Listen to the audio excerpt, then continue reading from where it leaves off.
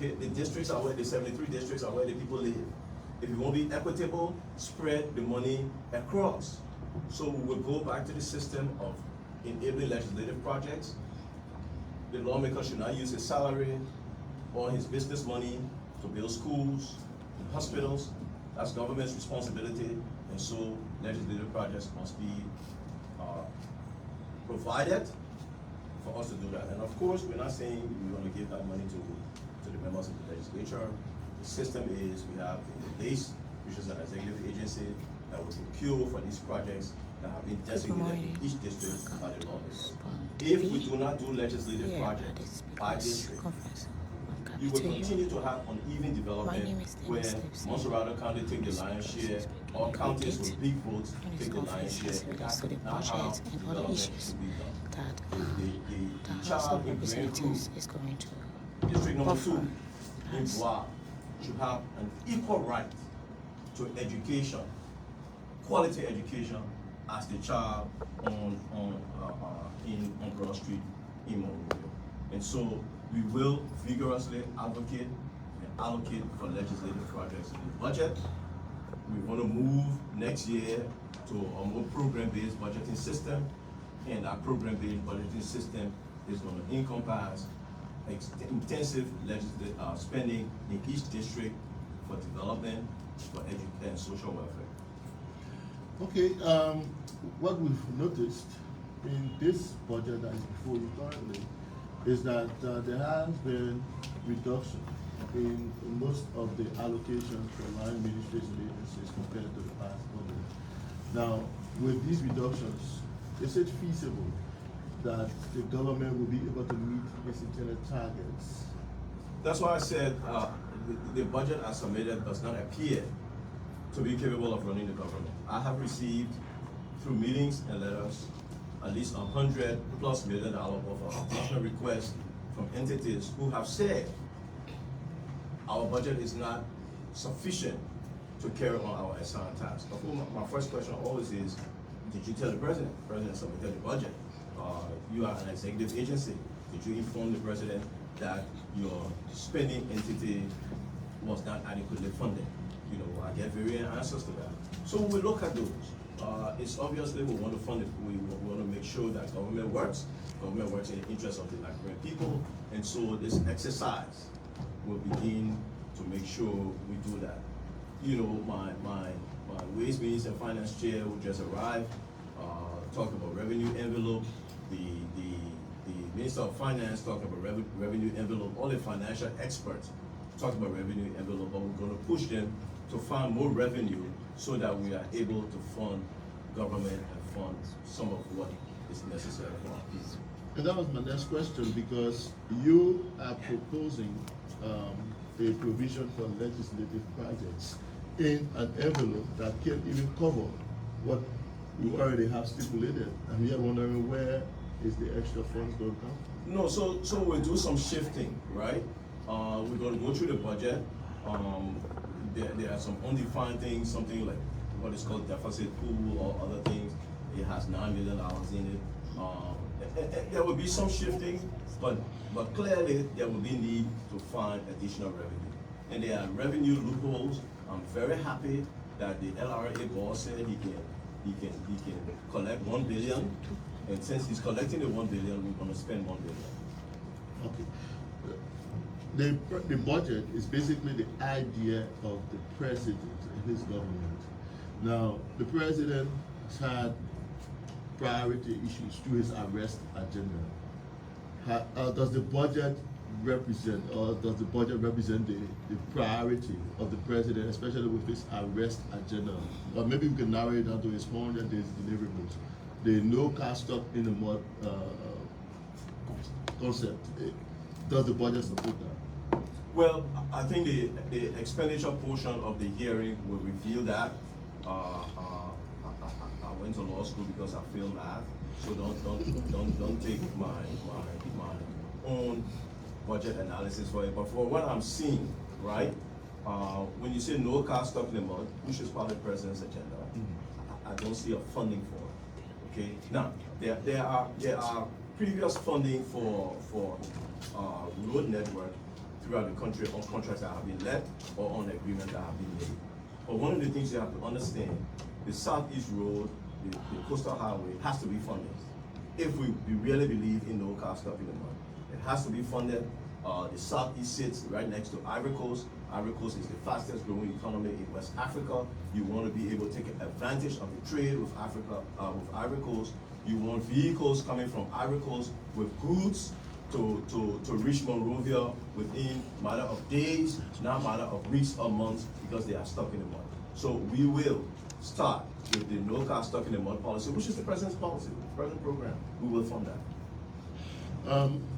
Lastly on this topic, at least for now, the national budget as it is primarily sponsored by or through domestic revenue generation. It just revealed that the head of the LRA has said he's able to collect $1 billion. Would that take place in this fiscal year or fiscal years to come? Well, I'm sure when the LRA boss was speaking, at least from my perspective, I think he was talking in the context of this year. If he doesn't collect 1 billion, if he collects 800 million, it'll still be good. You know, it will still be a positive addition. But from what I have learned from him and his utterances is that he's going to collect more. Do we have external revenue coming into the budget other than domestic revenue generation? Oh, I'm sure you're going to have our usual partner development funds that will come in. But usually those are targeted, is really for general government purposes, to the extent that there's some for general government purposes it will be applied. Are those hinged on any prerequisites? Yeah, that's what I'm saying. Generally, when those funds come in, they are tied to specific programs.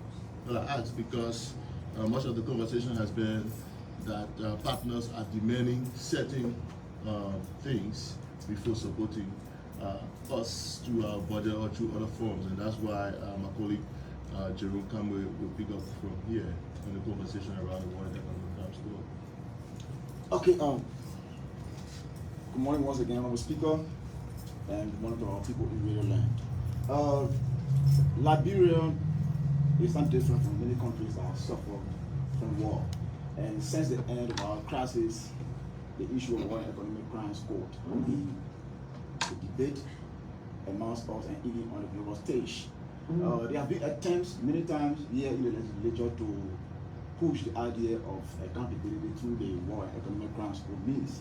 But the different thing that has happened on your level is that the issue of war and economic crimes court has seen a lot of the meaning has appeared on the plenary floor, which is the most deliberate way legislators do business. So the question is, what has happened in the past that didn't happen this time around, for which we were successful in ensuring that the issue of war and economic crimes court hit the plenary floor? And the debate to that question is, how did you manage the bipartisan spirit, so to speak, to give it the kind of speed it got to which where it is today? Okay, so I'm not going to talk about the past, but I can talk about one thing. Let me talk about the 55th House of Representatives. It's made up of determined, independent men and women who look at broad range of issues, take their job seriously, and provide leadership. And I think it's leadership, not from the Speaker, but from the House of Representatives, that have made this issue front and center. If you put 50 war crimes resolutions on the floor in this House of Representatives, it will pass. It will pass overwhelmingly. They are determined that Liberia works best, is peaceful when there is social justice and peace at home. And part of that is accountability. Part of that is that we cannot allow impunity to go. Imagine a UN report that says since the end of the Liberian Civil War, not one person has been made to be accountable for actions that they have. So all of those who died, all of the 250 persons, are we telling them your life didn't matter, it was useless, it's a casualty of what we wanted to achieve today? It can't be. We have to, as a people, come to grips, no matter how ugly, no matter how sad no matter how painful it is. We will not move on as a country. We will have all these things buried unless we have some semblance of accountability. And this house is determined to have that. As perceived by many people out there, was there any voice in your ears that we didn't hear, or was there any hand shaking you that we didn't see that caused you to be, that kind of fast in the process? Yeah,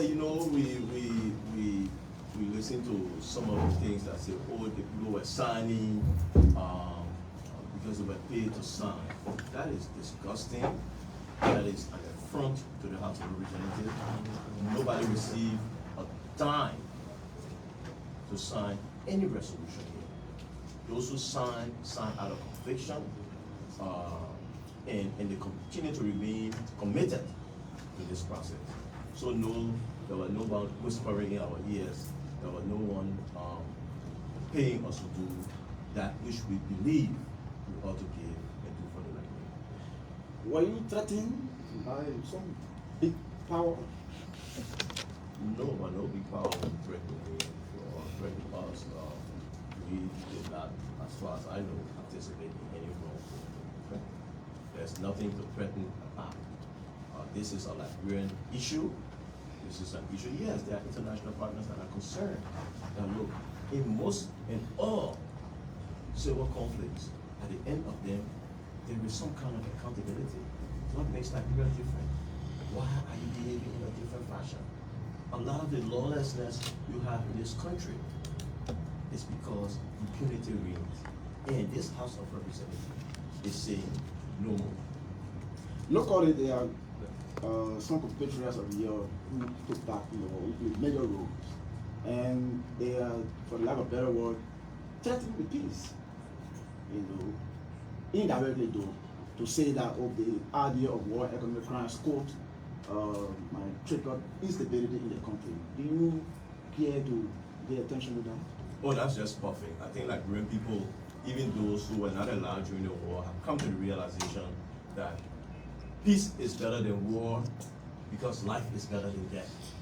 Nobody will go to no war because somebody has been made to be held accountable for something he or she did in the past. That is just puffing. That is an attempt to scare.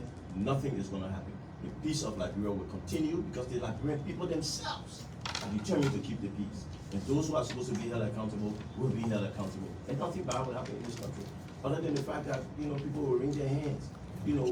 This is not an issue where one person is responsible. This is not a NIMBA issue. How many? I think the Mayans were the first victims of this civil conflict when their children, infants, and others, horrible things happen to them. They deserve justice. So this is not an issue of NIMA or Grand Nigeria or what have you. This is a Liberian issue. This is an issue of accountability. And that's how we're going to look at it. And because of that, people will be held accountable and nothing will disturb the peace here in this country. There are those who believe that you are buying time by starting a resolution instead of just properly build on the floor to just get everything done. Okay, to quote Dixon Siebold's words, I'm a serious lawyer. So I'm not going to put a bill on the floor that is not well researched and well written. To do that is going to take time. But before you spend your time and your energy into drafting a statute on war and economic crimes, you must first have an intent. The country, the legislature must first say, we intend to do this, and this is how we want to do it. The executive has to buy into it. Now that the legislature has spoken and is going over to the executive, we can now see the green light to say, okay, let's get international resources, let's muster all of our collective minds and put together a statute, which is going to take some time to draft. Honorable Speaker, you are up there, we are down, and we are close to the people. One of the arguments on the street. I dispute that. I'm close to the one of the arguments is that the whole concept of war and economic crimes court, besides the security fear, there is this concern about funding the process. Where are the monies going to come from? Where are the funds going to come from to fund the World Economic Crimes Court? Have you studied all of those behind the scenes before speeding with this process? Yes, I think if you see the resolution, especially the one that was drafted by the Senate, it has a roadmap on contacting international partners And I think international funding will be available for that. There's international funding available for social justice and these kind of processes. And through our own budgetary process, we'll be able to fund it. Okay. Justice, it should not be expected to be cheap if we have to pay for it. We must. Okay, lastly, before I go over to Obed, besides playing your role as speaker, that's an official duty. You, as a Liberian citizen, J. Fonante Kofa, what do you feel in your heart when it comes to the whole process of accountability for war in Liberia, atrocities committed? What do you feel? Well, as a Liberian citizen, I'm thinking it's a conversation that needs to be held. It's an issue of accountability that needs to be proffered, and prosecutions and accountability needs to happen. Did you experience any personal loss that you found difficult to forget? I thank God in my immediate family, we had no losses. My wife lost her father. These are, in any Liberian family, you will find these horrible things happen. The minute you talk about 1990, you have Liberians that can walk to you and tell you personal stories. They can even identify the people who killed their relative, who's walking around with us. What kind of people are we? Okay? And we say bygones should be bygones. If somebody ready to kill you and we tell you, say, when you die, we let bygones be bygones, will you like it? Because we can't dictate people out of the grave to ask their opinion. Somebody got to talk for them. And we will, regardless of what pains we suffered or did not suffer during this period. Okay, at this juncture, go back to Fidel. Thank you very much. Just in case you've just joined us, remember we're in conversation with the Speaker of the House of Representatives, Councillor Jonathan Fonati Kofa. This program is being aired on Voice of Liberia 104.1 and relayed on Hot FM 107.9, OK FM 99.5, Joy FM 101.5, ABC Radio 105.7, Bana FM 98.5. And also visually, we are on Spoon TV, Front Page Africa TV, Today Liberia TV, Vision TV.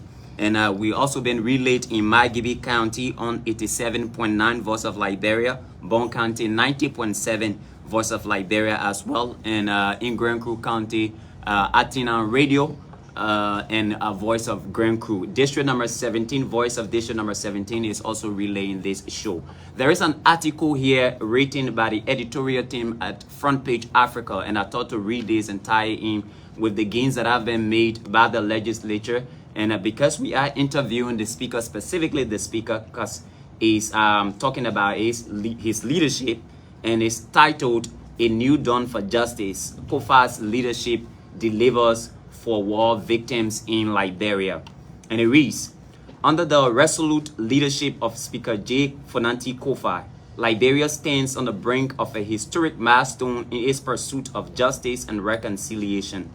The imminent establishment of a war and economic crimes court, propelled by Speaker Kofa's unwavering commitment, signifies a profound shift towards accountability and healing of the victims of Liberia's tumultuous past. For too long, the wounds of Liberia's civil war have festered, leaving countless individuals scared by the horrors they endured. Economic crimes have further deepened the suffering of the Liberian people, perpetuating injustice, undermining the nation's efforts to rebuild and move forward. But now, thanks to Speaker Kofa's decisive leadership, a beacon of hope has emerged on the horizon. The concurrence of the Liberian Senate with the House resolution is cause for celebration among the population, particularly for those who have long awaited justice.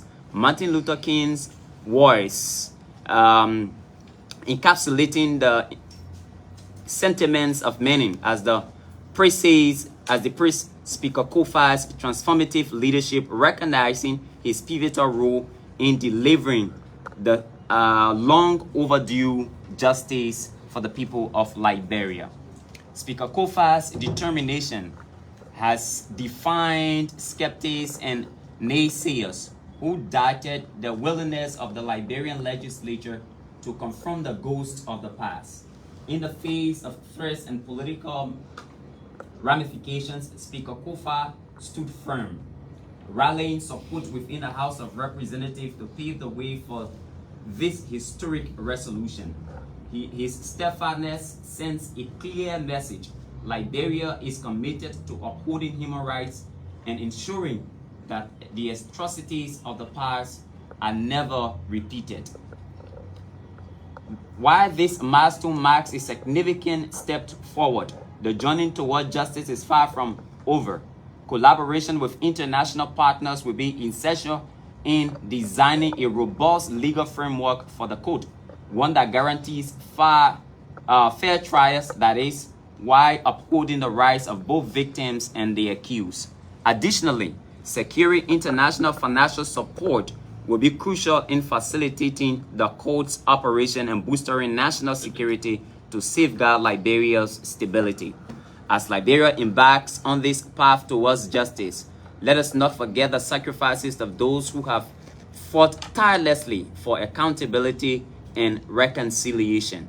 Speaker Kofa's leadership serves as a beacon of hope, illuminating the way forward towards a future where justice prevails and peace flourishes in Liberia. That is an article from the Front Page Africa newspaper written by its editorial board. I think this is a commendable feat, as we've always said, and Liberia is moving towards the path of ensuring that justice is served to victims of our long years of civil conflict. Now we shift over to Tatas Desi, who will quiz the speaker on the issue of asset recovery. Thank you, Fidel.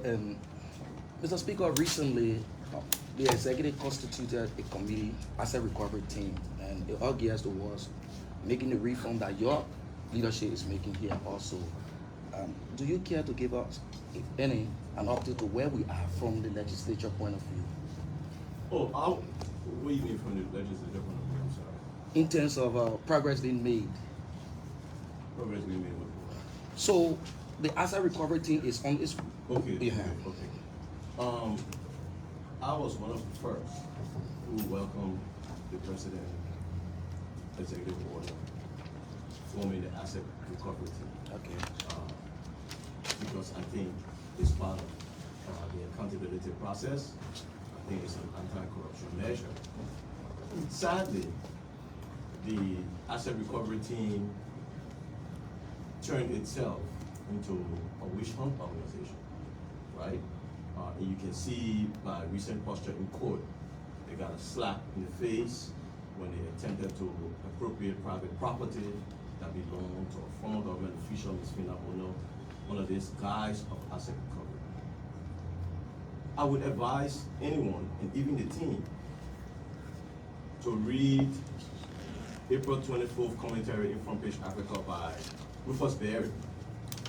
It's a primer in how to conduct asset recovery. Asset recovery should not be my man, economic freedom fighter, going out there on the street and lining up somebody's private property and say he's collecting it in the name of asset. I mean, that's just a joke, okay? And the court slapped that down.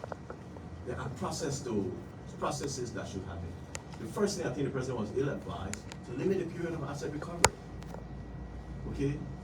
Then that means you really go after only one group of people, one administration, and that is not correct. There is this theory about, oh, we did it because we wanted to limit it to the statute of limitations. Those are good lawyers over there. The president legal advisor is a good lawyer. Councilor Martin is a good lawyer. But they are wrong when they say statute of limitations, because statute of limitations begins when you discover the act. Okay? So you have time. It should be an open-ended recovery process, but more than that, I think I would advise the president, and vice president legal advisor, to go back and address the asset recovery regime and put it into a more professional standard. Procure international help from those who are experienced in doing it, like Grant Thornton, that found $8 million that have been sitting in a bank account since 1979, I believe, that belongs to the Republic of Liberia. Those are the people you get and say, come help us develop an asset recovery regime, which is very important. So I think you should take it into a professional level. And when you take it to a professional level, you less personalize or politicize it. It doesn't become a partisan issue where you go run after filling a few taxes. Okay, so you withheld an income for a day. Huh? Who pays? This is a Liberian citizen. Who pays? If you're going after private property on suspicion, first you must have reasonable suspicion. You must have probable cause. You should go get a search warrant, and a search warrant to say the places to be searched and the things to be seized. That is the law. That is the law. It's not to go set a roadblock to collect somebody's taxes that they're making their living from. When you are in government, you better be under obligation to make sure that you find, you run to a bank, you make deal with somebody say, bring in these cars for me, I will work and pay, because you're not going to be in government all the time. You're not going to be in government all the time. So you have an obligation. So somebody goes and make deal with somebody to bring cars for them and they do work and pay on it. Then you go and say, because the person was in government, the government asset. Based on like people calling you the rumors, you know the amount of rumors that go around left and right about people. That is not professional. Come on. The whole asset recovery process has derailed. I think the president should go back and reconstitute the executive order, make it more expensive, because it's an important anti-corruption tool. If someone stole from the government 20 years ago, they're not free because 5 years now passed. So you're telling me you can still just wait when 5 years pass, you're free. That's not, it can't be the concept of asset recovery. What I'm happy of is the president has asked for $1.5 million for this process. They're coming before, during the expenditure side of the budget, coming before the committee on ways, means the joint committee on ways, means and finance at the end of the year, and they will have the opportunity to explain. Maybe there's something I'm missing.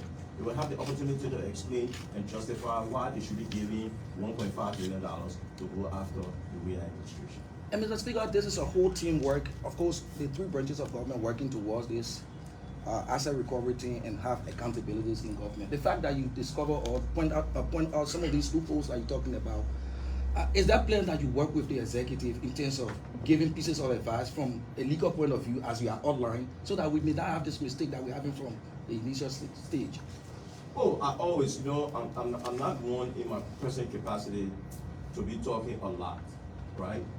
Most of my conversations and most of my actions will be behind the scenes in trying to make sure government works. There will be time like this in which I will make vocal my opinions on these matters. But having said that, we have to get the wheels of government going. We have to make sure we do things in the right place, in the right way. We oftentimes do our best to consult with the executive on actions that have been taken. At times where we think it's important for us to voice out our opinions, we will do so. But most of the time, we work in a typical government fashion, consultation and coordination with the executive. Speaker, do you believe that the asset recovery gets it in the way of the LSCC's work? What's your opinion on that? I would say it's getting in the way of the LSCC's work. The LSCC is more current and ongoing, to be involved in the fight against corruption. I think asset recovery is a defined task where people go out there and identify sources of government assets and attempt to recover them. One of the things I would advise those involved in asset recovery is start from the GAC reports. Start from the GAC reports. That's a good and defined source of government accountability. If you use these reports, you'll be able to follow the asset recovery trail very easily. We've had a history of this same asset recovery committee in time past, and one could safely say that we did not achieve the goal intended. Do you believe that we can achieve it this time around? No, the asset recovery in the past failed, and the asset recovery of now will fail because it's the same thing. You're not putting it in a more professional manner. You're not putting a professional body together a semi-political body trying to conduct a very professional exercise in terms of identifying and recovering ill-gotten assets. I think we should adjust the modus operandi. I think the president should go back, reconstitute its mandate in terms, and maybe reconstitute some of the players, get a professional company or firm to assist in making this recovery with an international scope and experience. And I think you will be able to find that in that process you recover more in that asset recovery process than you will in the process in times past and in the immediate past. And this is your area. I'd like to go back to the court document that you talked about. The Justice in Chambers Yusuf Kaba issue, declined to sign the writ of prohibition. Sure. And that is in the public. In legal terms, what does it mean for the asset recovery team? It means I'm not a football player. I don't know which legal term to put it in, but it means they got slam dunked, if you will. That's what the Justice in Chamber said. Where you ran, you got somebody's private property, you expropriated for a day or two, and then the court come and tell you, and then not even the court, you yourself come and say, oops, we made a mistake. Really? So that's what happened. The asset recovery has derailed. I think we need to go back to the drawing board as a government and make sure it works, because that's what our people expect. Yes, I know my colleague talked about the war in economic crimes. Before I give the mic back to Fidel, I just want us to zero in on this issue. Some of the law, this Capitol Hill passed a law, and it is being debated currently in the public that amnesty law, it prevents, if we endeavor to have this war in economic crimes code preparation to a full extent, it may not have effect on them because they passed that law in time past. Does it have any bearing if at all we achieve this resolution and subsequently the bill with those people who are saying that we passed the law and this current war crime code will not have bearing on it, affect them also, because this is the defense they are putting out? That's a silly argument. It's an argument that no real legal scholar that went to any real law school will even advance. The fact that there is a law that was passed that granted amnesty is on its face unconstitutional. You know why? The group or person or branch with the power to grant amnesty or pardon is the executive branch of government. That, it's the president. I'm sorry, not the executive branch, but the president of Liberia. And it was not granted to the president by some statute. It was granted to the president by the Constitution. He is the only one that can grant pardon. So until Joseph Boyka, president, pardons these people, no statute can pardon them or grant them amnesty. They remain subject to the laws of Liberia until the president steps up to the plate and say, in the interest of Liberia, I'm granting these people pardon. Any other law to the contrary, not understand. Thank you, Mr. Speaker, and I turn the mic over to Fidel. Okay, we step up to Obed Jiba, who will deal with the issue, quiz you about the conduct of your colleague, Honorable Yeke Koluba. Obed. And just before going to that, we also, in this clear thing, seek your opinion on any NGO in the back funding the process of the World Economic Crimes Code as alleged by Senator Prince Johnson. There has been no NGO that have funded in this legislature any activity here for any matter whatsoever, let alone World Economic Crimes Code. We have, as anyone who has expressed interest in the work we're doing, because we are a public body, we have welcomed and we have discussed with them. We met officially with Ambassador Shak, who is an official of the U.S. government, not an NGO. We also met with Mr. Alan White, who is a prosecutor in this arena before, and we discussed modalities, structures on the surface. We have not been funded by any organization, nor have we been influenced or forced by any organization. Does signing of the resolution mean the establishment of the port? No, the signing of the resolution means the acceptance of the roadmap to lead to the establishment of a code. There still has to be a statute, an actual statute that will say we are establishing a code. Here is his mandate, his powers in this jurisdiction. Honorable Speaker, I'm concerned about what was revealed to the library people through District 10 Lawmaker Mokoloba. He talked about money from the Ministry of State, $4,500 US in coupon to certain lawmakers to get furniture from J-Mart Business Center for your removal. What is your official response to that was heard in the public that took over the Liberian media? Okay, so I will tell you what I believe and what I know. We know from the audio from J-Mart that the individual identified that it was his signature, one of the proprietors. The representative alleged that his coupons came from the Ministry of State. The Ministry of State has denied that. I do not believe any of this had to do with my removal. I do find it troubling that more than one lawmaker has indicated that he or she received these coupons from the Ministry of State. I, on my own, talked to the minister and others at the Ministry of State who denied that these coupons come from the Ministry of State. You know, what is troubling is to the extent that there were coupons given to certain lawmakers, is troubling. Okay, we interact through our budgetary process. When we passed the 41 million, we made sure in there we allocated $5,000 per lawmaker for furniture and offices. So if other lawmakers got 4,500, that's 9,500 to one group at the expense of another group. How do you describe that? Oh, I don't want to describe it because the words would be too strong. But let me finish my thought. I think, and I've advised the executive mansion, it's something that needs to be investigated. Okay?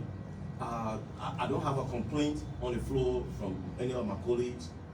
I'm not really wanting to entertain it because they have mixed it in with speaker removal. I don't want to think I'm fighting anybody over my removal. Any day, any group of lawmakers here have 41 signatures, I will go over there, park my office, and tell all of you thank you, right? So that should not be the issue. It has not come to the House as an issue. I don't think it should be, but I think the executive branch is under obligation to do some internal investigation as to whether or not indeed these vouchers came from there. So far they have denied it. I have no reason not to believe their denial, but I'm telling you, more than one lawmaker have shown me these vouchers and they are trouble. At the level of the legislature, after the allocation of $5,000 for furniture of each lawmaker's office, and you have heard in the public, authenticated by a private business, that there are additional funds to these very lawmakers, what does it mean for the House, or how do you, under your Gaboshe, intend to proceed with such an action? Okay, so as I said, I intend to do nothing. I don't have a complaint at the floor. What I did was to advise the executive mansion to run a thorough investigation to make sure indeed that this did not come from them as they have done. Honorable Yeke Poluba also had a press conference in recent time, and there was a communication from the chair on executive, Honorable Emmanuel Down, asking plenary to investigate his action, what is seen as embarrassing to the honorable legislature, the House of Representatives to be specific, with his exchanges to the first family of the Republic of Nigeria. And that particular communication was endorsed and asked that the Committee on Rules, Order and Administration investigate the lawmaker. Honorable Speaker, what's your take on that? As others in the public have also condemned and talk about the action of Representative Yeke Poluba, bringing disrepute to this legislature. Okay, so Honorable Poluba, I respect for his advocacy. He has had throughout the years good advocacy on transparency and accountability by us in the legislature and the executive. I have a friend who always tells me, if you are right today, you'll be right tomorrow. Honorable Poluba didn't just get up last Sunday and started to rain insults and invectives on the first family. But Yeke started this 6 years ago. Most people want to forget. Most people want to forget the things that were said about the president of Liberia, President George Weah. Most people want to forget the things that were said about the vice president of the Republic of Liberia. Everyone was silent, everyone was enjoying it, everyone was taking pictures with Honorable Koluba. He was the hero. I told him then that he was wrong. And I will tell Honorable Koluba now that he is wrong. And there's a letter on the floor. I mean, the matter has been referred to. I will refrain from giving my opinion on what action should be taken. But it was wrong back then. We should stop in this country encouraging wrong simply because it is being done to our opponent. George Weah is used to that kind of thing, so he didn't, even if it hurt, he man up to it. You know, people hear George Weah lose football game and they go on radio, they were cussing him out. So he long been used to that kind of thing from Liberian people. But now we have, this was an assault, even during his time, on the institution of the presidency. It was not George Weah. And to the extent that you celebrated it, you listened to him, you took picture with him, you held him. So Honorable Koluba does not believe that he's doing anything different than he's done in the past. It is you, Liberia, that have shifted. Because the president occupying the office is different. And that is the part that is wrong on our part. It was wrong when he did it to President Weah and Vice President Joe Howard Taylor. It is wrong when he did it to President Boycott and his wife. It was particularly disgusting all around. Okay, that's my personal opinion. What plenary is going to do is up to plenary. But again, I would advise my friend, I have done numerous times in my office. Do not let your rhetoric and your presentation spoil your decent advocacy on behalf of your constituents. And to Liberians, this has to be a lesson. Because someone is doing something wrong to my political opponent, I can't heal it. Because that person will soon do it to me. Remember that very well. Honorable Speaker, how are you coping with the style of representation? I remember it was a tough one with your predecessor, Speaker Boffa Chimos. How are you coping with Representative Yeke Koluba and his activity on the floor of the plenary? Okay, so I have one set of principles. All of these lawmakers were elected by their people. They have a right to have their representation heard. I do not deny, if you notice, the agenda is very long. I think we ran out of alphabets the last time on the agenda. Okay, the agenda is long because everybody want to put a letter there. And I'm not going to sit in my office because I'm speaker and say this person letter will go, that person letter, everything will come on. If Honorable Koluba has a representation to be made on the floor, he's going to be allowed to do it. Okay, I'm not going to censure him. I do not have the power to censure any lawmaker. Only plenary has to do that. And again, as I told you, I respect a lot of time his advocacy. It makes sense when he calls us to order on our behavior in terms of how we manage public funds. You know, he is right when he says those things. But you have to say it according to our rules and do it according to our rules in a fashion that does not bring disrepute to the House of Representatives. Such language, such utterances, such unsubstantiated claims raise the issue of a violation of our rules, and that's why Rules for Administration is investigated. Okay, thank you, Mr. Speaker. Again, we've reached the halfway mark, and we are in conversation with the Speaker of the House of Representatives, Honorable Councillor Jonathan Fonati Kofa. He's speaking on a wide range of national issues as you've listened to him. And this program is being broadcast on Voice of Liberia 104.1 and relayed on Hub FM 107.9, OK FM 99.5, Joy FM 101.5, ABC Radio 105.7, Bana FM 98.5, Voice of District number 17, and Magibi County branch of Voice of Liberia on 87.9 and Bong 90.7 respectively. And a Voice of Grand Crew is also relaying this program. Radio Atina is also relaying this program.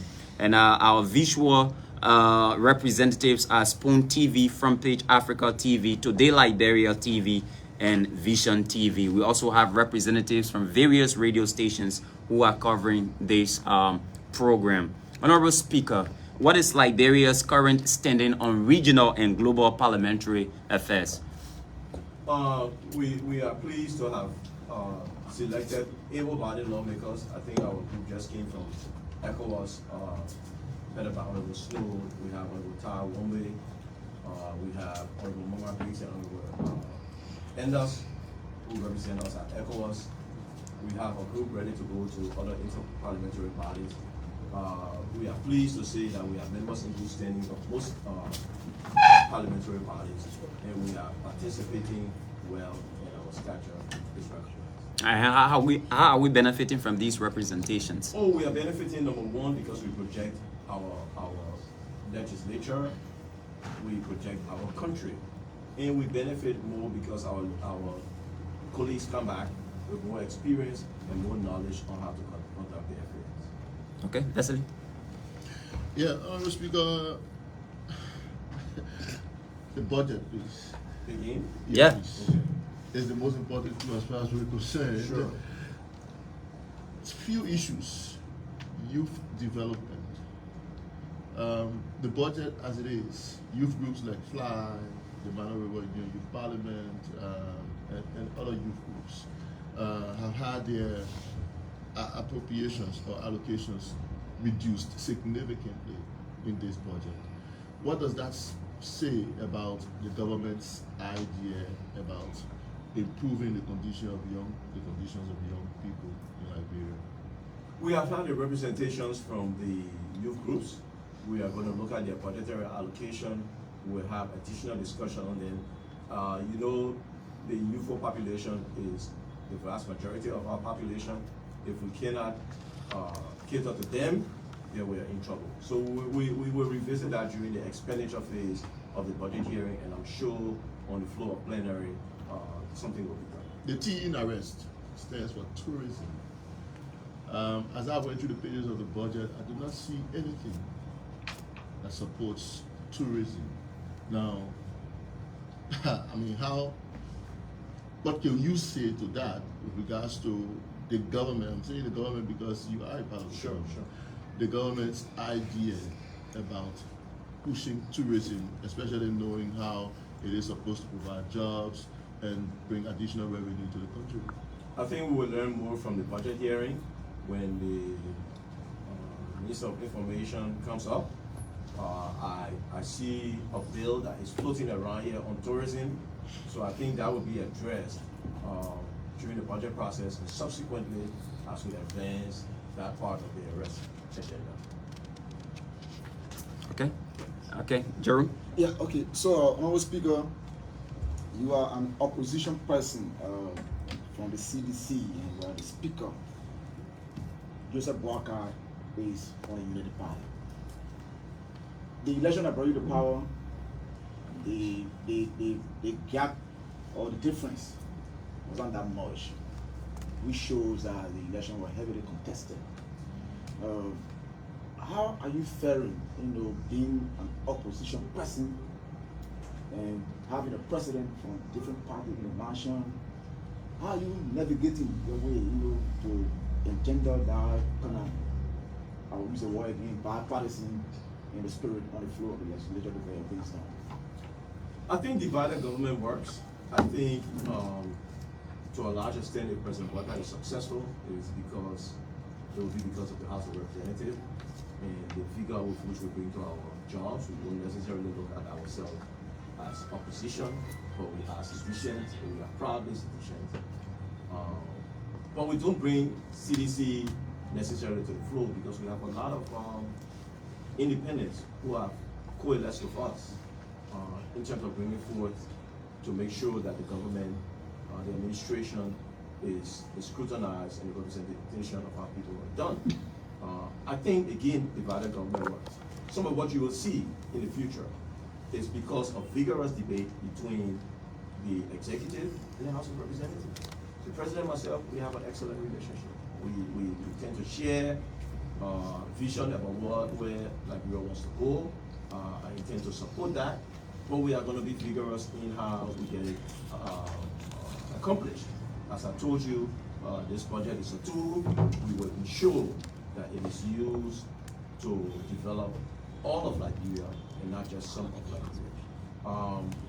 We do have, and the one thing I got to say to the president and to the executive manager, anytime I call, they come. Anytime I request an audience with the president, I'm giving it. I speak my mind. Of course, I'm not going to disclose a private conversation between the president and myself. He gives me the opportunity to tell him frankly and honestly my opinion on policy matters. It's up to him to take it. I think I've seen where it has been accepted and implemented, and sometimes not. But that's just the nature of the presidency. He has a lot of advisors, but he does not drown out my voice as an opposition speaker. I think there are some who, in the administration, who would like to drown out that voice, but one of those persons is not the president. Okay, finally, on the subject from my end, there are millions of questions out there that you don't hear. We hear them. Sure. I want to ask one of those questions, Honorable Speaker. Are you nephew-in-law to President Bouaka? And if so, how is that helping you?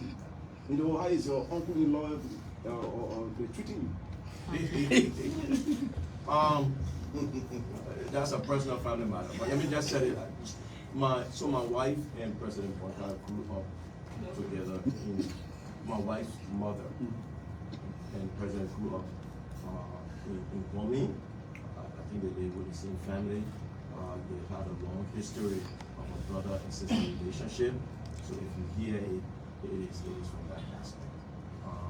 When the president and I sit down, we do not talk about nephew-in-law and uncle relationship. We talk about what is best for the people of Liberia and what is in the interest of Liberia. And that's how we proceed.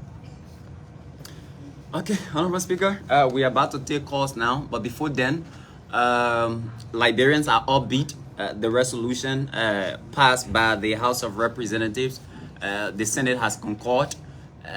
How long will the people of Liberia wait now for the real thing to start happening? Okay, so let me make some clarification because the experts in the Senate will kill me if I don't make that clarification. The House sent a resolution over to the Senate. The Senate sent a different resolution over back to the House. Okay. Right? So here's what we're going to do. Okay. We have reviewed with our lawyers the both resolutions and we find them to be substantially the same. But given the time it took for the Senate to act, okay, we've already gotten majority signature to say, let's just adopt the Senate resolution. So that resolution is going to the President this afternoon after the House acts. So I just wanted to clarify that because some senators will be jittery when they say they concur. We have two competing resolutions. Both resolutions call for the establishment of the War and Economic Crimes Court. Both resolutions talk about the implementation of the TRC. Those are the principal things we want to find. Everything else is surplus language. I'm not prepared to engage in what corporate lawyers call battle of the forms, which is which form of which resolution should prevail.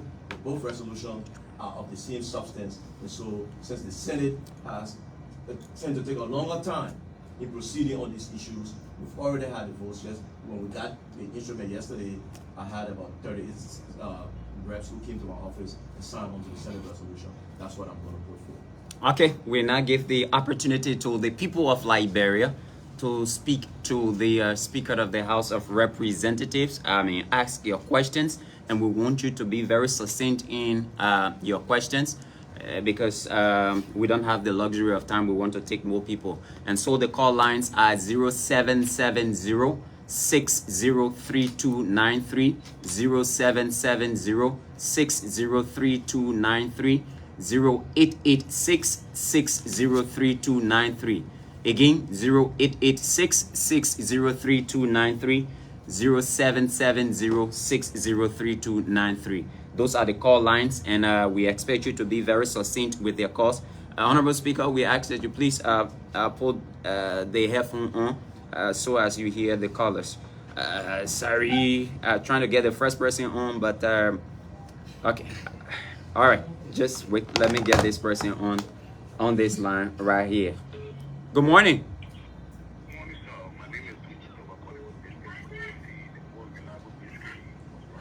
You want to speak? You want to speak up a bit louder? Yes, sir. Go ahead. I think the concept of going on that we made a new presentation with the Okay. I want to tell the honorable man what he said. You know, when you have everybody angle, but you know, I like what you just said, because that the president hear you each time you go to the president, because people only go to see the country which is the right thing. On a wall, when the cover is the president that a lawmaker believe in, so a lawmaker told me that he's the president now. Okay. Thank you very much. Good morning.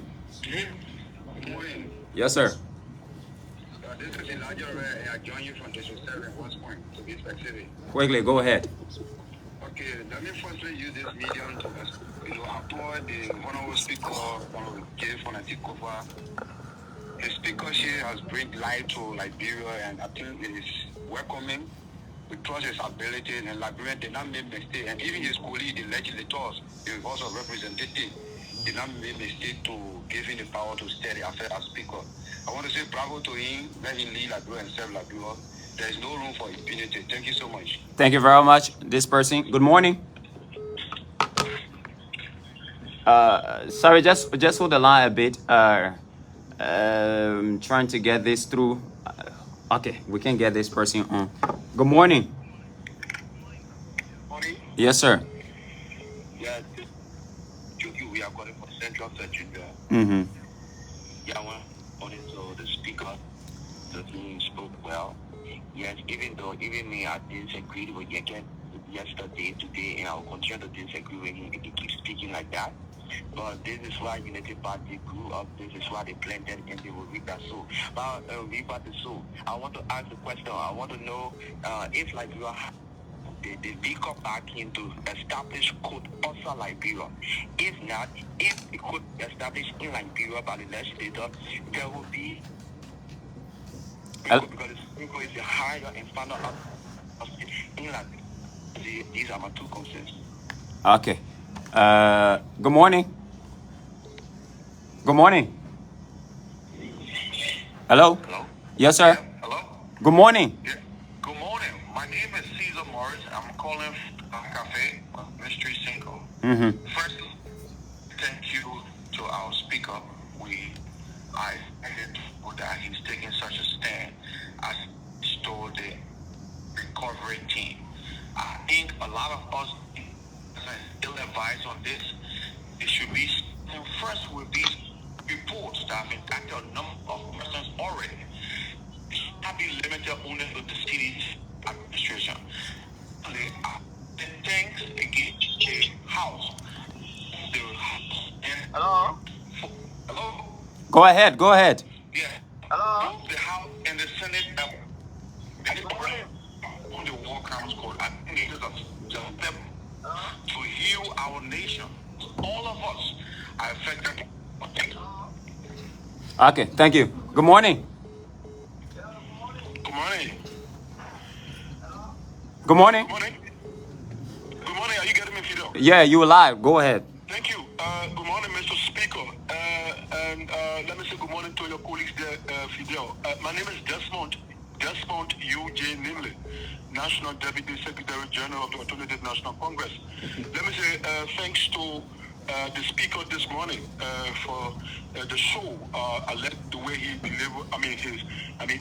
The way he delivered his speech very well. This morning on the show, and the fact that he spoke to critical national issues in our country. We say thank you. We supported you, and we knew very well that you have done this. But Mr. Speaker, my attention has been drawn to the recent allegations by one of your colleagues. I'm sorry if I did not hear you say it because I just joined the conversation not too long ago. Representative Yeka called about objection number 10. an allegation he raised against the presidency concerning some 4,500 around there, gifts to some of the lawmakers to remove you from office.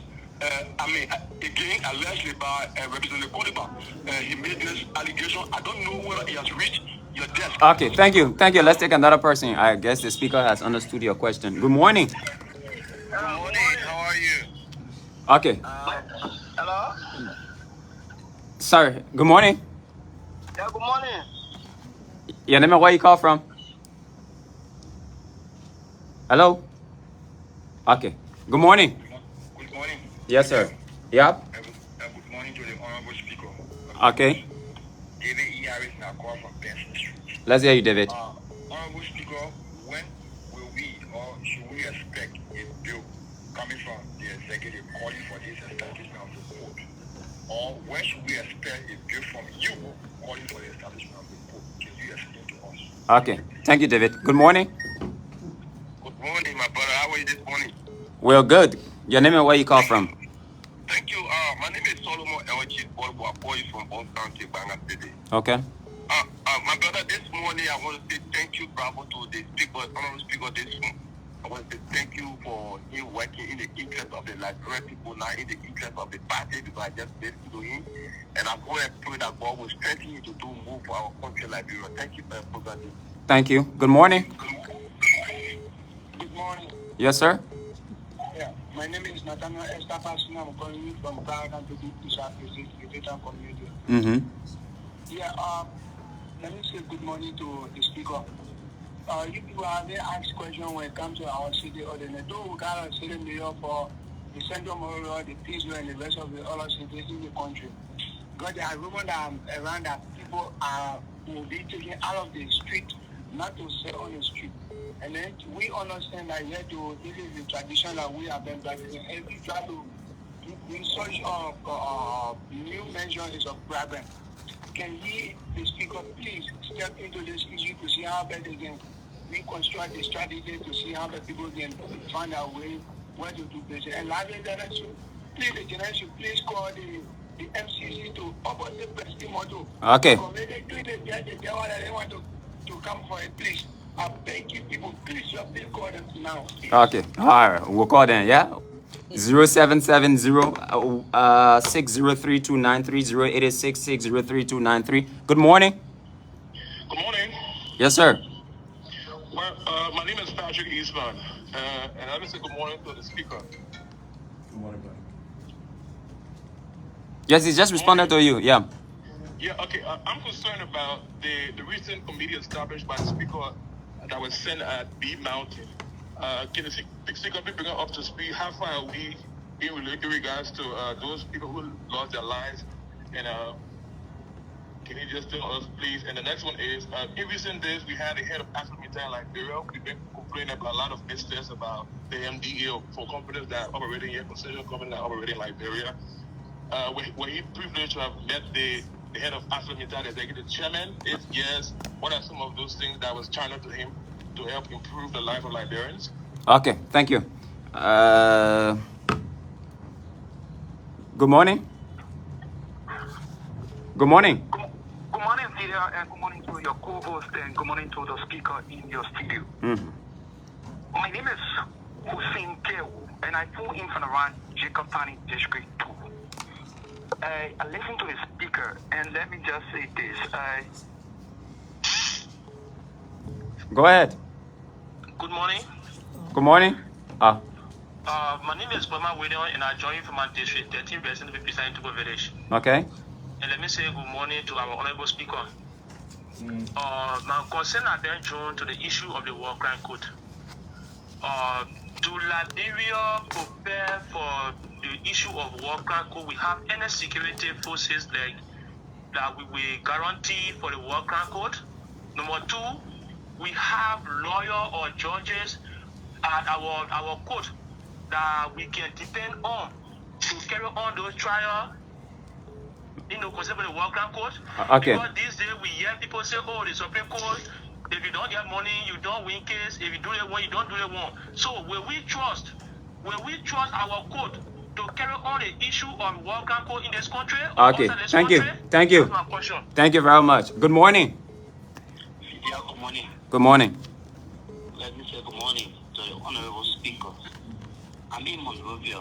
My name is Theophilus. He took himself on. Just speak out a bit louder, Theophilus, please. Okay, I'm in Monrovia, and I speak officially for the Quackacons in tank. So, Mr. Speaker, thank you very much for the deliberations. And since you took over the speakership, I think you are doing extremely well. It is not because you sat with my administration. I would want to see a very robust speaker, though in the interest of the country, because I know Mr. Parker administration come to serve this particular country.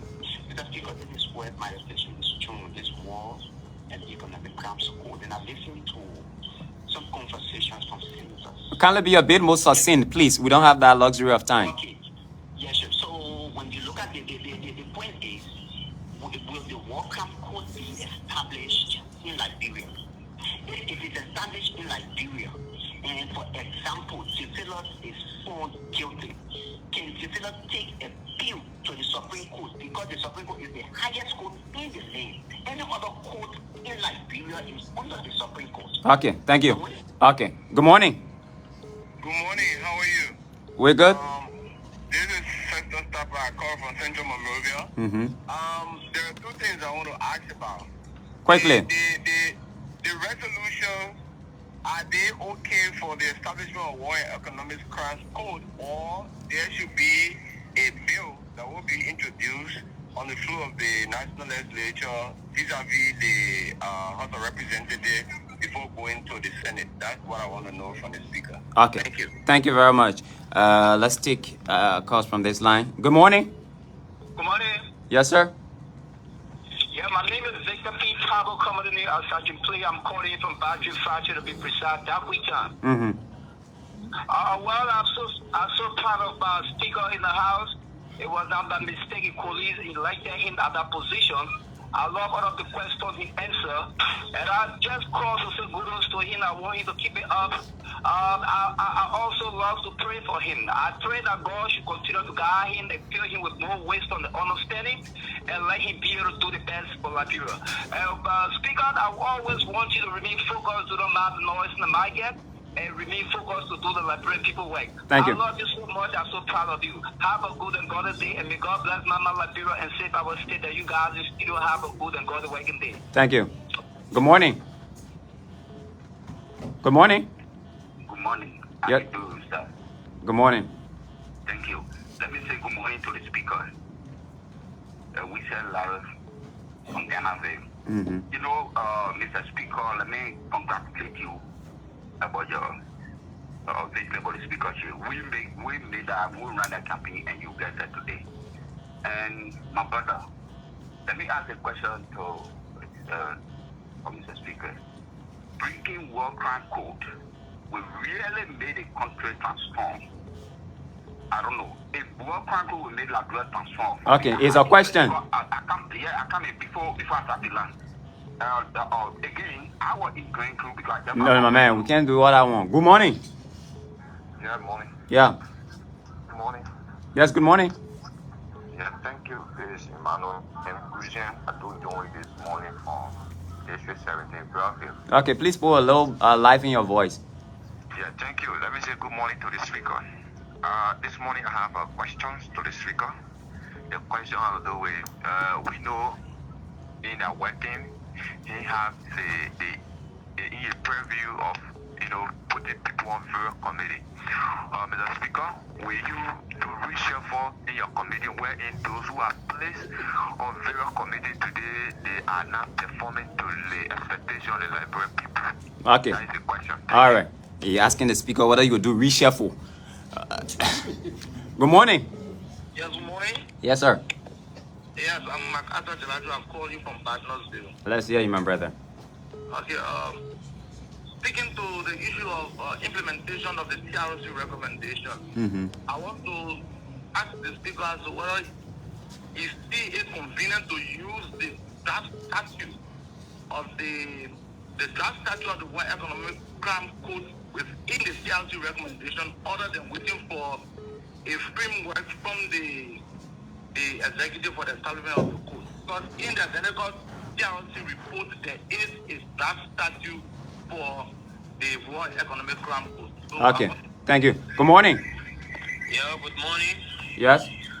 Yeah, my name is Momo Bikane. I'm calling from New Georgia, the Holy Land.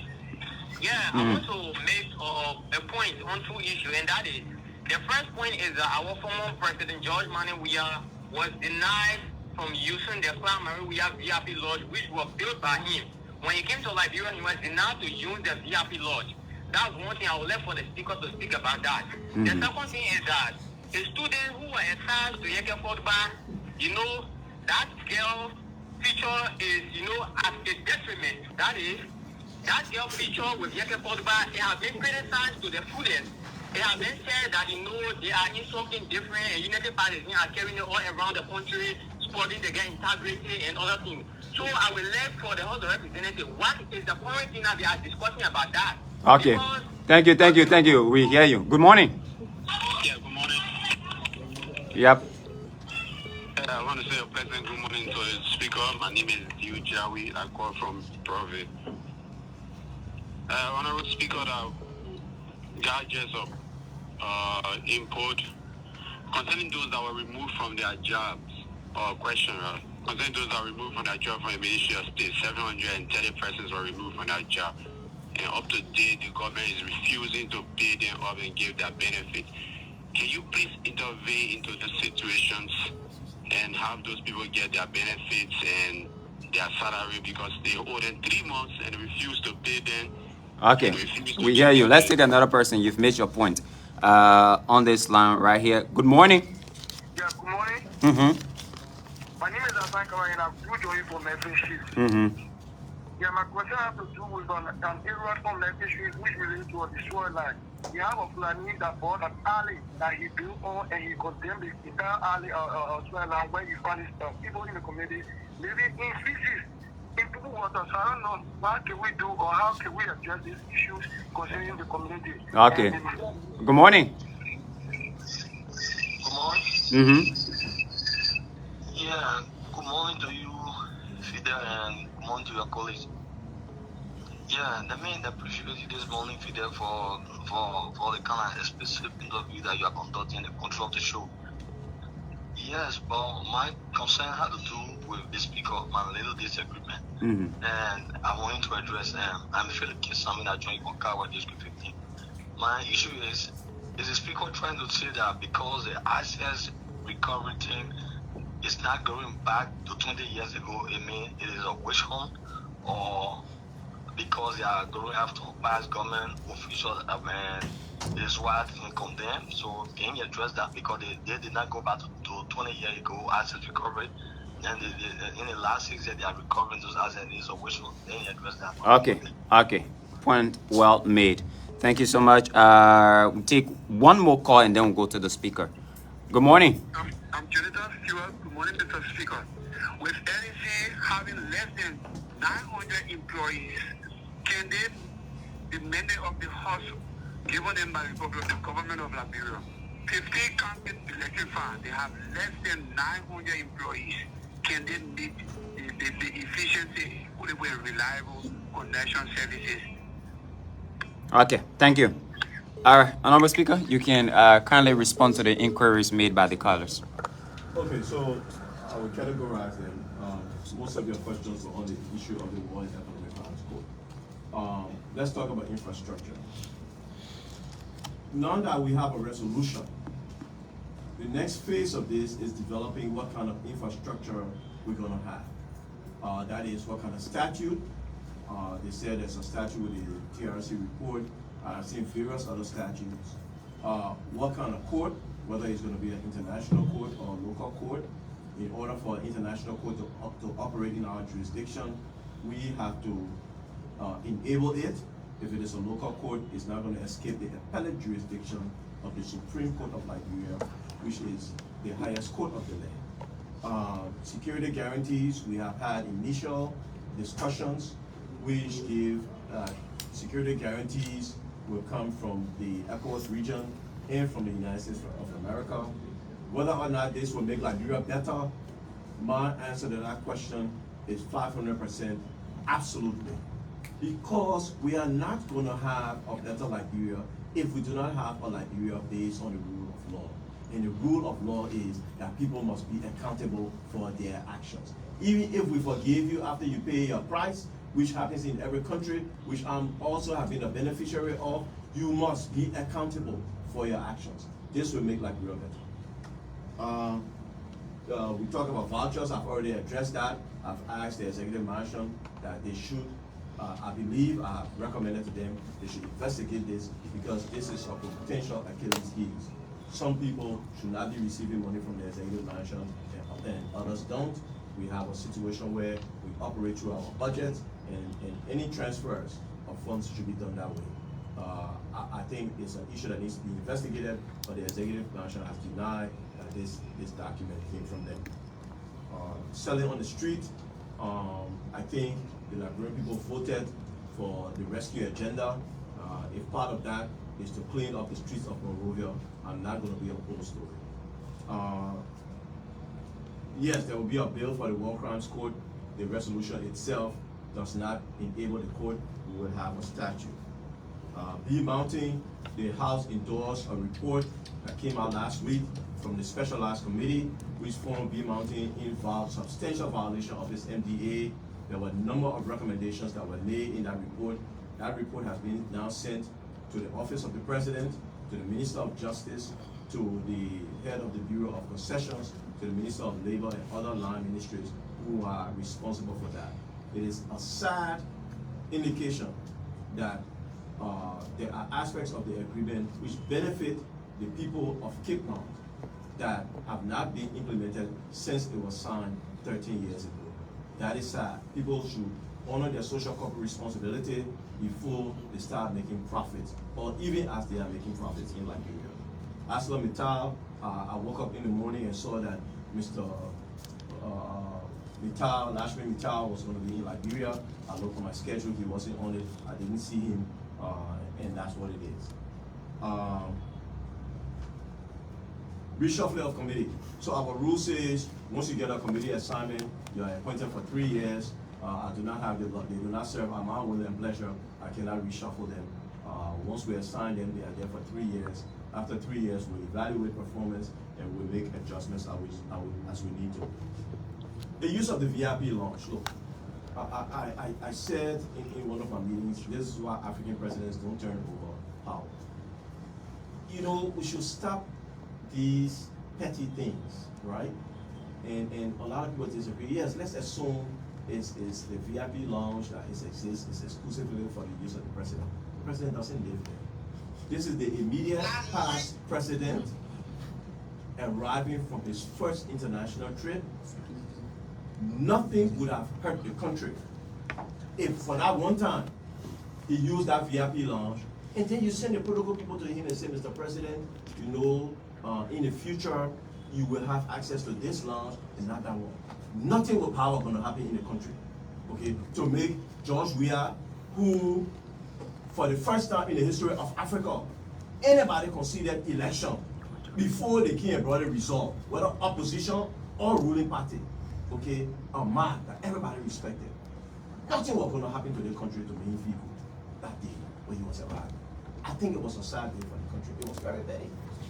I understand what the procedure would be. The president of Liberia was not traveling that day. The president of Liberia was nowhere near that place. This is the immediate past president. This is his first trip back to the country. You let him use the VIP lounge, and then you advise his people in the future. This place is reserved only for the president. Nothing bad was going to happen. I thought that was a misstep on the part of the government. We shouldn't be involved in this. This is one Liberia. The president and I were at his church one day, and he made a profound statement. We need to change the tone. We need to change the way we deal with each other. We need to be a more conciliatory people. That was the message the president pointed out. And I hope that message filtered down into the officials of government, into those who are now in power and running the government. Let's stop some of these. Nothing bad is going to happen by the use of that VIP lounge. The girl in the Honorable Yeke posting, I think she needs protection. Honorable Yeke is correct. It is sad that all these women groups that can make noise on all issues did not talk about the public exposure and the outing of that little child. I'm disappointed in them, and I think, yes, the girl should be protected. People who lost their jobs at the Ministry of State, we are in ongoing conversation with the executive mansion so you get your just benefit. Asset recovery, look, I'm getting some text that maybe my language about which one was too strong. I wanted to convey in the strongest term that I think the asset recovery mechanism is on the wrong track. It should be a more professional track, and I think we are warned by the fact that the first case at the asset recovery at the Supreme Court, they had to concede.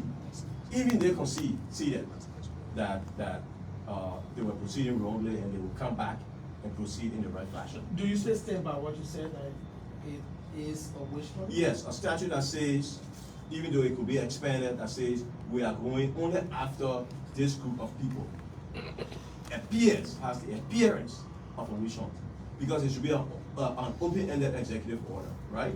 If you find Liberian assets that were misappropriated in 1979, this asset recovery team should have the jurisdiction to go after it. Why just from 2018?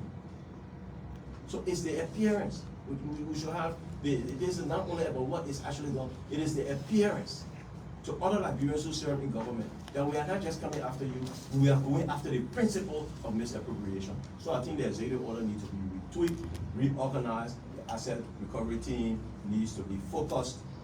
They need to get some professional organization assistance.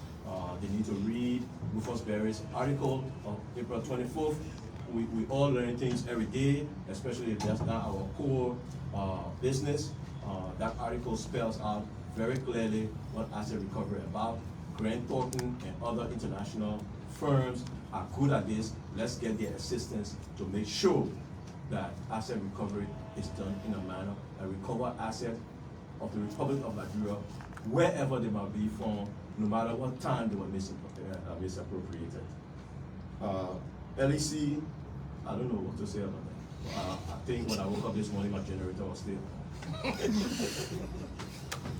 Okay, let's take another round of calls. The last round of calls, by the way, and then we'll go around the table. Good morning. Good morning. Yes, sir.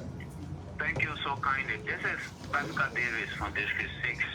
Let me say big thanks to the speaker, but I have a concern related to the asset recovery. You know, the asset recovery requested a special amount in the tune of a little over 1.9 million. And I want to ask the speaker as to whether the asset recovery team will be able to receive, if not all of the funding, or a portion of that funding, because we understand that they've already begun their work. If they've started their work, it means they must have gotten some funding. Are you concerned as the speaker as to whether they receive some of the funding they requested for? If yes, where did the funding come from? Okay, thank you. Good morning. So, good morning. Yes, sir. Go ahead. Good morning. My name is Fred Dewey, and I'm from Electoral to 14. And let me say good morning to the Speaker of the Republic of Liberia, and good morning to his good. We don't have the luxury of time. Go ahead quickly, my brother. And my question goes to the Speaker.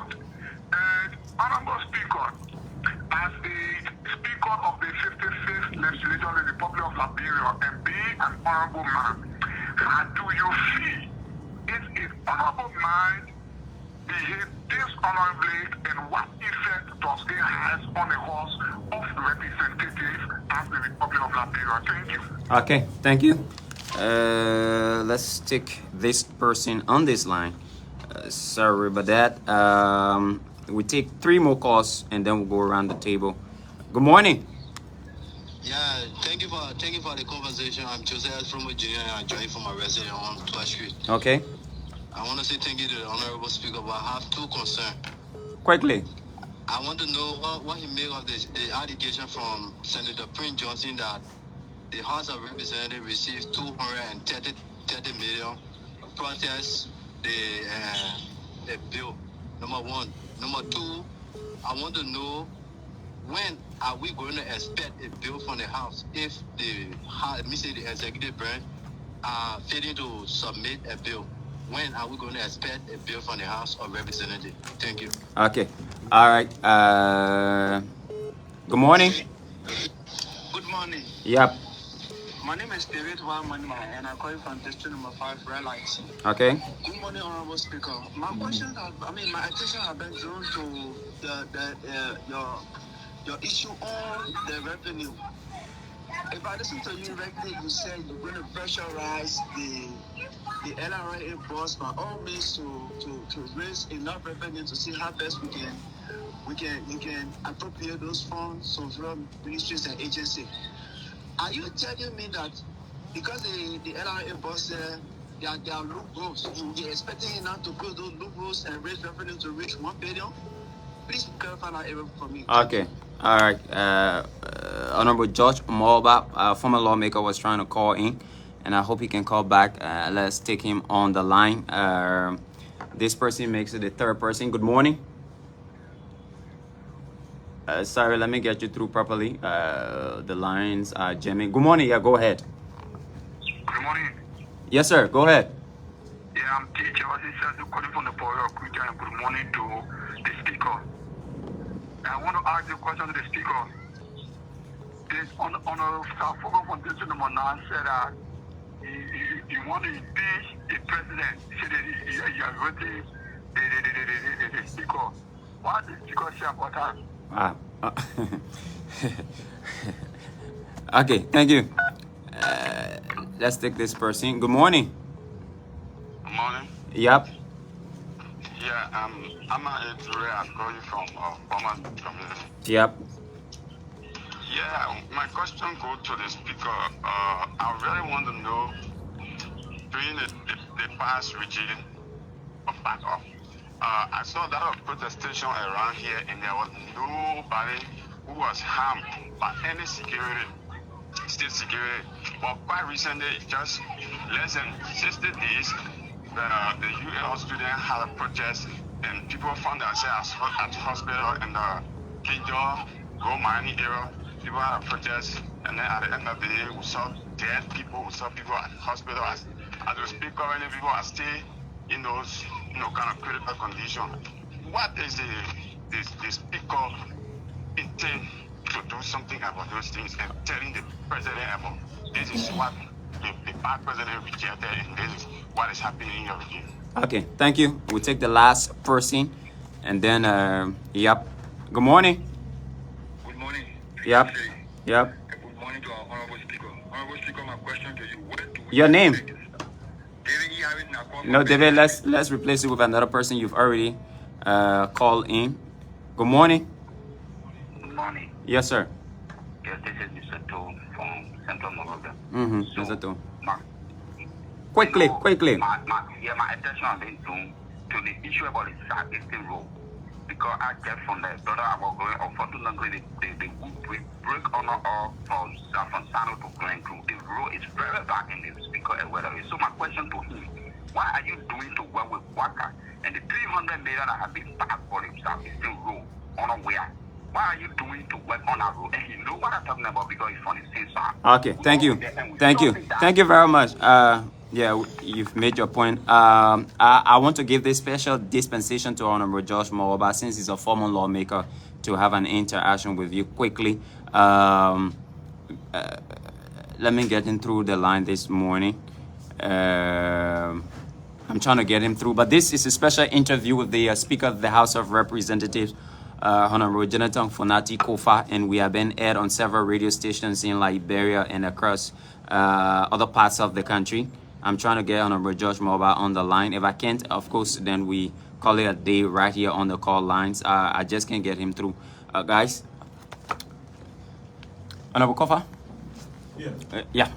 Go ahead and respond to the inquiries. Yeah, no. Okay, so the first question was about the asset recovery. Yes, I have heard or seen in interviews where they said they need 1.9 million. But remember, the budget request from the president is for 1.5 million. How were they funded? In my understanding, according to, this is private sources, that the asset recovery team has not spent a dime of government money. The Public Accounts Committee were accepting that fact at some point. Dishonorable behavior, and you know, everybody trying to focus on Honorable Yeke, and that behavior is subject to complaint. But what about behavior of members on the floor? Can also be dishonorable. I was in the States watching the Deputy Speaker, Mufala, presiding. At one point, I could hardly understand what was going on because of this honorable behavior on the floor. And I got a couple of calls from people who knew I was in the US that they couldn't follow the proceedings on the floor. So my colleagues, it's not just in what we say against people, it's how we behave on the floor. Our people expect us to come here and behave, in the words of the former speaker, decorously. Okay? So I think it's incumbent upon all of us. You see, I usually caution my colleagues that we allow certain degree of consultation on the floor because it has to go on. Somebody is deliberating or somebody wants to proffer a motion, he wants to consult some of his colleagues, so that is allowed. But just the unruly disrupting the flow, I think is also a form of dishonorable behavior. And then our behavior when we are outside, when we are in public, also spells that. So it's not only honorable. Koluba is incumbent upon all of us to act honorably at all times, or at least do our best to do so. Money for signing war crimes resolution. And I can say this more emphatically. I'm sure Senator Prince Johnson did not say 230 million because they had received 1% of 230 million. We won't be in this interview. I'll be on some island relaxing after signing for that kind of money. Nobody offered and nobody accepted a dime to sign that resolution. To make that allegation is an attempt to diminish the vigor and determination of the members of the House of Representatives, and I think it's wrong for the senator to cast that aspersion without one iota of proof. It is simply not true. I am not pressuring the LRA boss about revenue. The LRA boss said voluntarily, on his own, several times, quoted in papers that he can raise 1 billion. And I'm glad for that because I said we need to spend that 1 billion. That's all I said. Impeachment, understand one thing, I do not have control over what any lawmaker says. We have in this country freedom of speech. There's not an impeachment bill on the floor. There's not one that has been presented. There's not one that has been contemplated at this time. We are just not in that direction.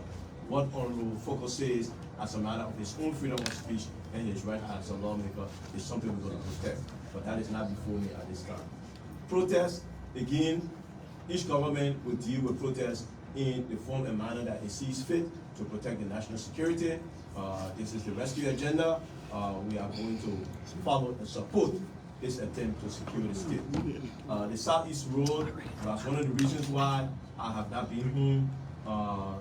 It's a misnomer to say that there was $300 million available for that road. We do intend to put some money in there to begin the coastal highway that will connect the Southeast to the rest of Liberia, and we look forward to funding that process over the next 6 years.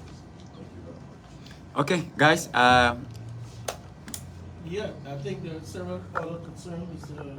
Speaker, from some of the folks who are also following that wants to push some of these points forward. Musu Kiadi says, Mr. Speaker, could you do a partial appraisal of the conduct of the president and, if possible, predict what the future will look like based on existing trends? The conduct of the president,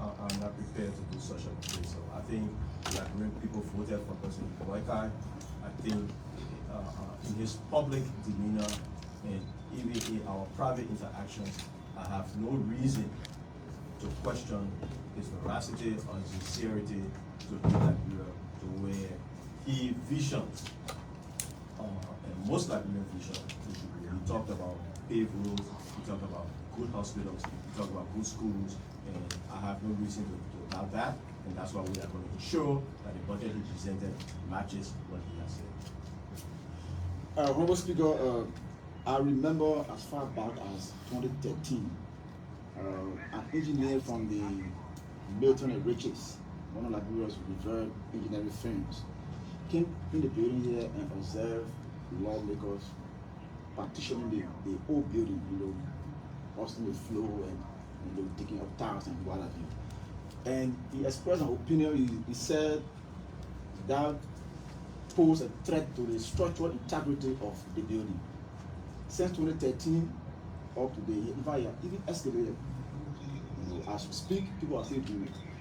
So, what is the leadership doing to address that? Because that opinion that was expressed stated that in the future, we might experience something undesirable if that is not stopped. The second point is the NSA has reportedly invited your colleague, Rebecca Coluba. Is that to your knowledge? Because we know that when the executive functionaries are dealing with lawmakers here, they will always put the leadership in the know. Okay, so on the issue of the structure, that is why in the budget we intend to fund an annex. We will try to put up another annex on the grounds of the Capitol for leadership, so we can free up some of this space. We have advised members it's dangerous to partition or to do reconstruction in a building without proper engineer opinion, and we'll continue to monitor and police that prospect. As I said, one of the things we do enjoy good working relationship with the executive. They have given me notice anytime they need to speak to any of our members in the law enforcement capacity. The NSA did come and see me and asked to have an interview with Honorable Coluba. I called him and offered, he declined. And so at that point, my job was complete. Mr. Speaker, do you have an opinion on the tenure position saga? Yes. So remember, there's a little bit of historicity to this. The tenure thing really went into full swing near the close of the Ellen Johnson Sirleaf administration. That's when these tenure positions were created. In 2022, I believe, the House passed a bill that eliminated most of these tenure positions and reserved a few. That bill did not pass the Senate, so it died in the 54th. There are two kinds of employees. There are Article 56 employees, which are will and pleasure employees of the president. Then there are Article 89 employees, which in the nature of the GAC, the National Election Commission, suggest these are tenure positions, okay? And I think there may be Supreme Court decisions on this. But this is a rule of law issue. You can't appoint somebody in a tenure position until the person in that position has been removed, okay? That is my opinion. And I still think if the executive mansion shares the view that there are certain positions that should not be tenure, and I believe there are a lot of positions that should not be tenure, then let's fix the law first before you start appointing the people. Because as we stand now, there are certain positions you have appointed, and I'm not trying to single him out, like the maritime boss, okay, that I do not believe should be tenure. I think the executive mansion will have an opinion that should not be a tenure position. But you have now appointed a boss who is now tenure. Okay, so you are exacerbating the same problem. So let's quickly fix the law, determine those who need to be tenured and those not, remove for cause if they have to be, those who have to be removed. And look, you just have to live with some people because we have to live in the confines of the law, right? We have to live with some undesirable situations in government because the law says these people have tenure. There is no need to start appointing people to positions where people already have tenure. The Senate has done the honorable thing, as we have seen, with all the noise about tenure. the Senate has not scheduled for confirmation hearing one individual who has been appointed to a tenure position that was not vacant. So we are moving in the right direction in terms of the legislature. I think the executive needs to go one step further, define which positions you want to be tenure, which positions you don't want to be tenure. Let's enact it into a statute, then you proceed on what to do next. But I think the whole tenure regime at this point is in court simply because there were missteps on what should come first.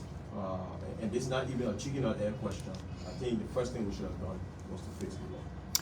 Thank you so much, Honorable Speaker. Time is fast spent, and we'd like to say thanks to you for giving us 2 hours of your time this morning. I think we've expanded on a lot of issues. Your parting comments, please. Okay, so I just want to say this. There will be occasional times where I may do off-the-cuff interviews. I think my role is not to be here to be an advocate or so. I will do these things quarterly on where there are issues of national concern. My job, and I work best when I work what people call behind the scenes. I have a lot to do with coordination. I appreciate my colleagues, but you do not understand. Very few people will appreciate how very difficult it is to lead the House of Representatives and build consensus on every issue. We do not command our colleagues, we persuade them, and building consensus, getting things done is how we like to work it, and the more we work behind the scenes, the better for us. It is not running away from you, who are members of the press, the first, in the fourth estate. Ask us any question you want to, but our official interviews are going to be quarterly. Thank you for the public out there, to those who may have offended, or anything we may have said, or if we in any way misstate any fact, please accept my apologies. These things are not rehearsed, and so we are likely to say one or two things that may piss some people off. Other than that, thank you very much. Okay, thank you folks in Radio Land and our visual partners. Thank you to all of the radio stations that air this program. My name is Fidel City, and of course, Robert Jiba, Vesely Small, Tatas Desi, and Jerome Kamwe.